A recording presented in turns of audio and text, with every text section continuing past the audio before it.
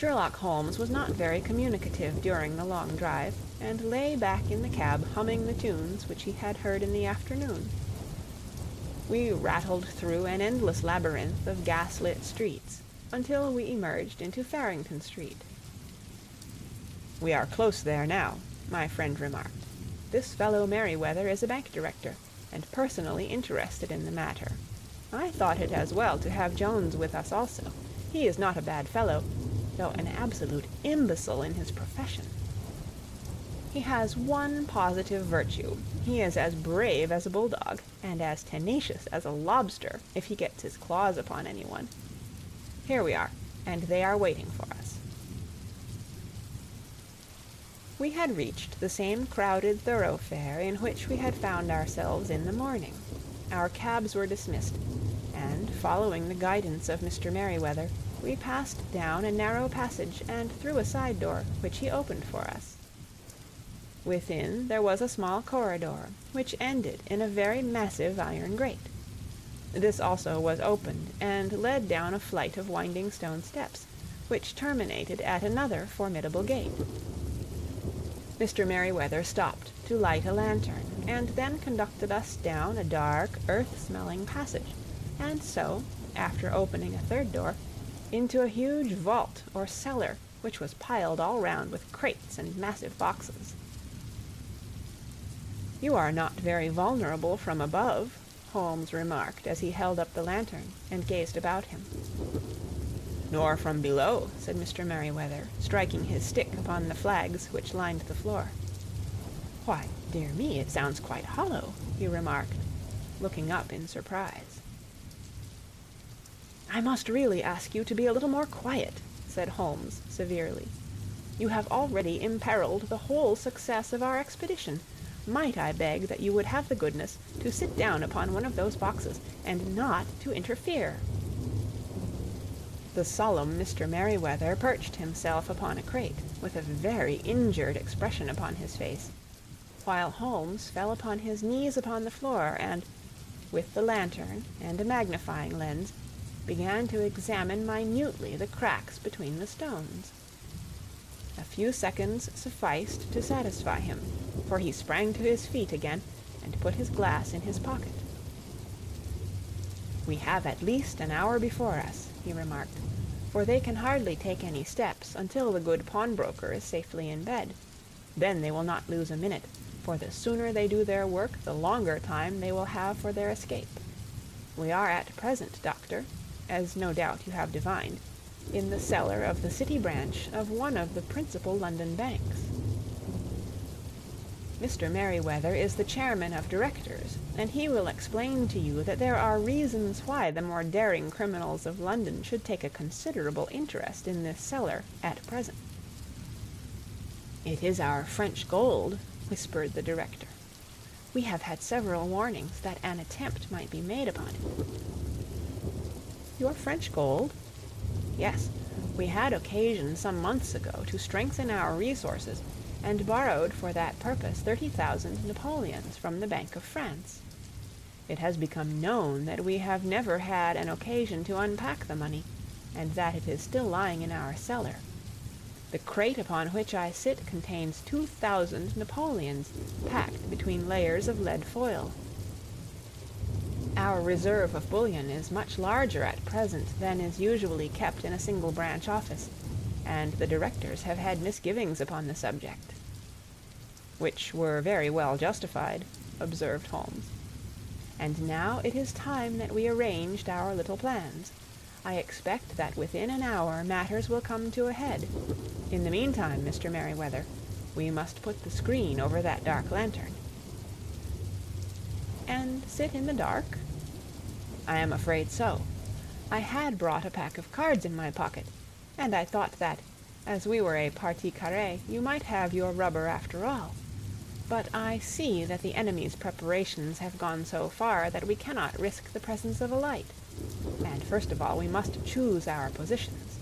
These are daring men, and though we shall take them at a disadvantage, they may do us some harm unless we are careful. I shall stand behind this crate, and do you conceal yourselves behind those. Then, when I flash a light upon them, close in swiftly. If they fire, Watson, have no compunction about shooting them down." I placed my revolver, cocked, upon the top of the wooden case behind which I crouched. Holmes shot the slide across the front of his lantern, and left us in pitch darkness. Such an absolute darkness as I have never before experienced. The smell of hot metal remained to assure us that the light was still there, ready to flash out at a moment's notice.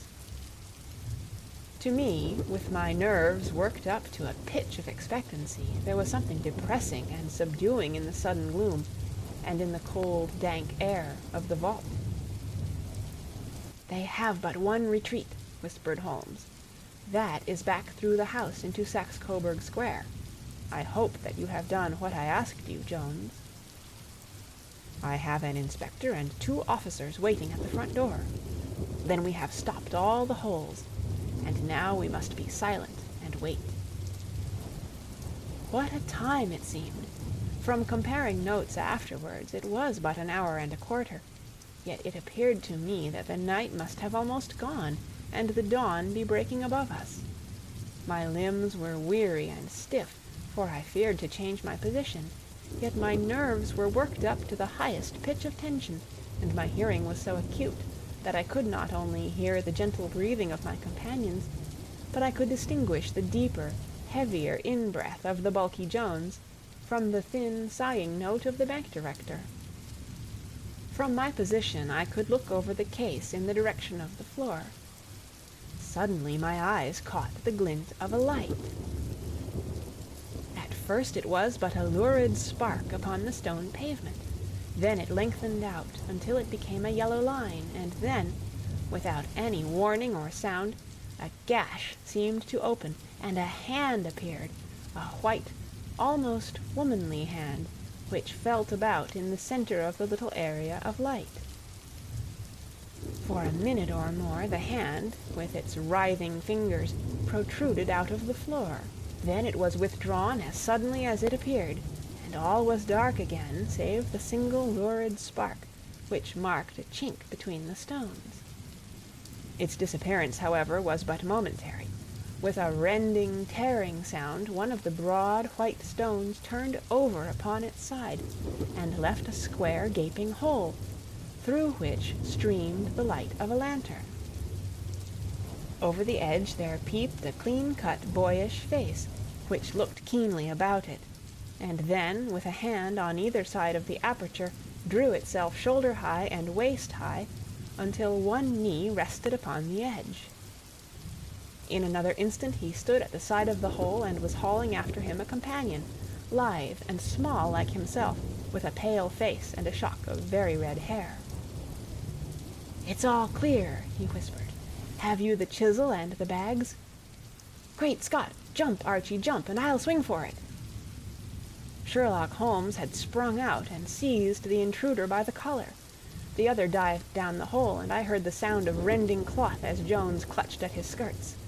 The light flashed upon the barrel of a revolver, but Holmes's hunting crop came down on the man's wrist, and the pistol clinked upon the stone floor. "It's no use, John Clay," said Holmes blandly. "You have no chance at all." "So I see," the other answered, with the utmost coolness. "I fancy that my pal is all right, though I see you have got his coat-tails." "There are 3 men waiting for him at the door," said Holmes. "Oh, indeed, you seem to have done the thing very completely. I must compliment you." "And I you," Holmes answered. "Your red-headed idea was very new and effective." "You'll see your pal again presently," said Jones. "He's quicker at climbing down holes than I am. Just hold out while I fix the derbies." "I beg that you will not touch me with your filthy hands," remarked our prisoner as the handcuffs clattered upon his wrists. "You may not be aware that I have royal blood in my veins. Have the goodness also, when you address me, always to say 'sir' and 'please.'" "All right," said Jones, with a stare and a snigger. "Well, would you please, sir, march upstairs, where we can get a cab to carry your highness to the police station?" "That is better," said John Clay serenely. He made a sweeping bow to the three of us. "Really, Mr. Holmes," said Mr. Merryweather, as we followed them from the cellar, "I do not know how the bank can thank you or repay you. There is no doubt that you have detected and defeated, in the most complete manner, one of the most determined attempts at bank robbery that have ever come within my experience." "I have had one or two little scores of my own to settle with Mr. John Clay," said Holmes. "I have been at some small expense over this matter, which I shall expect the bank to refund, but beyond that I am amply repaid by having had an experience which is in many ways unique, and by hearing the very remarkable narrative of the Red-Headed League. You see, Watson," he explained in the early hours of the morning as we sat over a glass of whiskey and soda in Baker Street, "it was perfectly obvious from the first that the only possible object of this rather fantastic business for the advertisement of the League and the copying of the encyclopedia must be to get this not over-bright pawnbroker out of the way for a number of hours every day. It was a curious way of managing it, but really it would be difficult to suggest a better. The method was no doubt suggested to Clay's ingenious mind by the color of his accomplice's hair. The £4 a week was a lure which must draw him, and what was it to them who were playing for thousands? They put in the advertisement, one rogue has the temporary office, the other rogue incites the man to apply for it, and together they manage to secure his absence every morning in the week. From the time that I heard of the assistant having come for half wages, it was obvious to me that he had some strong motive for securing the situation. But how could you guess what the motive was? Had there been a woman in the house, I should have suspected a mere vulgar intrigue. That, however, was out of the question. The man's business was a small one, and there was nothing in his house which could account for such elaborate preparations and such an expenditure as they were at. It must, then, be something out of the house. What could it be? I thought of the assistant's fondness for photography and his trick of vanishing into the cellar. The cellar! There was the end of this tangled clue. Then I made inquiries as to this mysterious assistant, and found that I had to deal with one of the coolest and most daring criminals in London. He was doing something in the cellar, something which took many hours a day for months on end. What could it be, once more? I could think of nothing save that he was running a tunnel to some other building. So far I had got when we went to visit the scene of action. I surprised you by beating upon the pavement with my stick. I was ascertaining whether the cellar stretched out in front or behind. It was not in front. Then I rang the bell, and as I hoped, the assistant answered it. We have had some skirmishes, but we had never set eyes upon each other before. I hardly looked at his face. His knees were what I wished to see. You must yourself have remarked how worn, wrinkled, and stained they were. They spoke of those hours of burrowing. The only remaining point was what they were burrowing for. I walked round the corner, saw the City and Suburban Bank abutted on our friend's premises, and felt that I had solved my problem. When you drove home after the concert, I called upon Scotland Yard and upon the chairman of the bank directors, with the result that you have seen. And how could you tell that they would make their attempt tonight? I asked. Well, when they closed their League offices, that was a sign that they cared no longer about Mr. Jabez Wilson's presence. In other words, that they had completed their tunnel. But it was essential that they should use it soon, as it might be discovered, or the bullion might be removed. Saturday would suit them better than any other day, as it would give them 2 days for their escape. For all these reasons I expected them to come tonight. You reasoned it out beautifully, I exclaimed in unfeigned admiration. It is so long a chain, and yet every link rings true. It saved me from ennui, he answered, yawning. Alas, I already feel it closing in upon me. My life is spent in one long effort to escape from the commonplaces of existence. These little problems help me to do so. And you are a benefactor of the race, said I. He shrugged his shoulders. Well, perhaps after all it is of some little use, he remarked. L'homme c'est rien, l'eau c'est tout, as Gustave Flaubert wrote to George Sand. End of adventure number 2.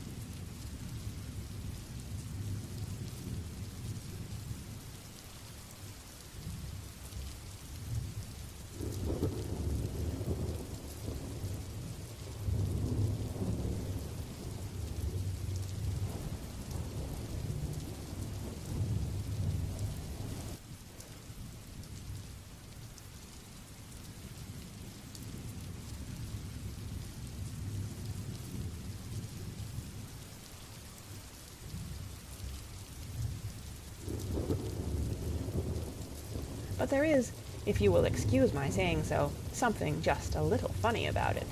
Pray, what steps did you take when you found the card upon the door?" "I was staggered, sir. I did not know what to do. Then I called at the offices round, but none of them seemed to know anything about it. Finally, I went to the landlord, who is an accountant living on the ground floor, and I asked him if he could tell me what had become of the Red-Headed League. He said that he had never heard of any such body. Then I asked him who Mr. Duncan Ross was. He answered that the name was new to him. "Well," said I, "the gentleman at number 4. "What, the red-headed man?" "Yes." "Oh," said he, "his name was William Morris. He was a solicitor and was using my room as a temporary convenience until his new premises were ready. He moved out yesterday." "Where could I find him?" "Oh, at his new offices. He did tell me the address. Yes, 17 King Edward Street, near St. Paul's." I started off, Mr. Holmes, but when I got to that address, it was a manufactory of artificial kneecaps, and no one in it had ever heard of either Mr. William Morris or Mr. Duncan Ross. "And what did you do then?" asked Holmes. "I went home to Saxe-Coburg Square, and I took the advice of my assistant. But he could not help me in any way. He could only say that if I waited I should hear by post. But that was not quite good enough, Mr. Holmes. I did not wish to lose such a place without a struggle, so, as I had heard that you were good enough to give advice to poor folk who were in need of it, I came right away to you." "And you did very wisely," said Holmes. "Your case is an exceedingly remarkable one, and I shall be happy to look into it. From what you have told me, I think that it is possible that graver issues hang from it than might at first sight appear." "Grave enough," said Mr. Jabez Wilson. "Why, I have lost £4 a week." "As far as you are personally concerned," remarked Holmes, "I do not see that you have any grievance against this extraordinary league. On the contrary, you are, as I understand, richer by some £30, to say nothing of the minute knowledge which you have gained on every subject which comes under the letter A. You have lost nothing by them." "No, sir, but I want to find out about them and who they are and what their object was in playing this prank, if it was a prank, upon me. It was a pretty expensive joke for them, for it cost them £32. "We shall endeavor to clear up these points for you. And first, 1 or 2 questions, Mr. Wilson. This assistant of yours who first called your attention to the advertisement, how long had he been with you?" "About a month, then." "How did he come?" "In answer to an advertisement." "Was he the only applicant?" "No, I had a dozen." "Why did you pick him?" "Because he was handy and would come cheap." "At half wages, in fact?" "Yes." "What is he like, this Vincent Spaulding?" "Small, stout-built, very quick in his ways, no hair on his face, though he's not short of 30, has a white splash of acid upon his forehead." Holmes sat up in his chair in considerable excitement. "I thought as much," said he. "Have you ever observed that his ears are pierced for earrings?" "Yes, sir. He told me that a gypsy had done it for him when he was a lad."